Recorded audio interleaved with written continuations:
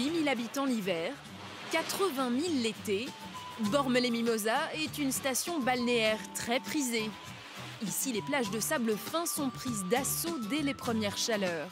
Pourtant, pour ceux qui ont le courage de s'aventurer le long de cette côte escarpée, il existe encore de rares endroits préservés. Ça y est, on y est presque. Encore un petit effort et c'est la plage de Léhoube. C'est bien la plage de Léhoube, notre récompense pour la journée. Alexandre et sa famille viennent ici chaque été depuis 11 ans. La plage de Léhoube, c'est leur trésor. Bien lever les pieds. Pour y accéder, il faut compter une demi-heure de marche minimum sur ce sentier en pente. Mais au bout du chemin, un petit coin de paradis. On est entre l'île Maurice et la Corse. C'est un peu comme ça. 100 mètres de sable fin, une eau limpide et la nature au bord du rivage. Pas de tournoi de beach volley ni de jet ski. Ceux qui arrivent jusqu'ici viennent chercher le calme. Je me détends plus, c'est ça. Je crois qu'ici, je me détends plus et on coupe vraiment complètement. Même philosophie pour cette brochette d'amis originaires des Alpes de Haute-Provence. S'ils sont arrivés eux aussi à dénicher cette pépite, c'est grâce à une méthodologie bien rodée. On regarde sur Google et on regarde les endroits. Alors, quand on voit les plages là, avec les parasols, ah non, non, là, on n'y va pas. Hein. Bon, alors, ah là, il y a des rochers. Ah là, il y a des petites criques. Bon, on peut aller à cet endroit, on peut y aller. Sinon, on n'y va pas. Bien souvent, la route passe derrière la plage, les immeubles sont derrière les plages. Là, c'est sauvage. Si la nature est si riche sur cette plage, c'est parce qu'elle est protégée. Cet employé municipal fait partie de l'équipe en charge de sa préservation.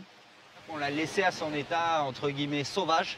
On a juste apporté quelques aménagements pour consolider un peu les dunes naturelles, mais toute cette plage, en fait, est naturelle comme on aurait pu la trouver il y a peut-être une centaine d'années.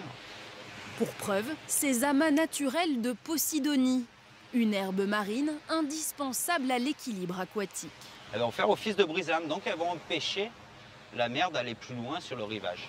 Donc déjà de nous retirer le sable. Mais Léhoube n'est pas qu'une étendue de sable fin. C'est aussi une anse très prisée des plaisanciers. C'est bon, t'as 7 mètres de feuille, Paul, c'est bon, c'est bon. Ces retraités du coin ont l'habitude de venir y pêcher à la palangrotte. Un plomb et 2 appâts au bout d'une simple ligne, une technique ancestrale. Voilà. Là, on pêche surtout des poissons de roche. Donc, on va pêcher la soupe de poisson, des girelles, des sarans, des perches. Allez, hop. Gilbert vient ici depuis qu'il est tout petit. Le paysage n'a pas changé, c'est le nombre de bateaux qui a augmenté.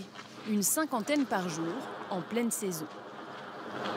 Vous avez tous les petits bateaux qui viennent pour passer la journée avec le pique-nique, des trucs comme ça. Et regardez que vous avez ces catamarans, dites-lui d'aller dans un port, il n'ira jamais, lui. Hein. Juste pour le ravitaillement, c'est tout.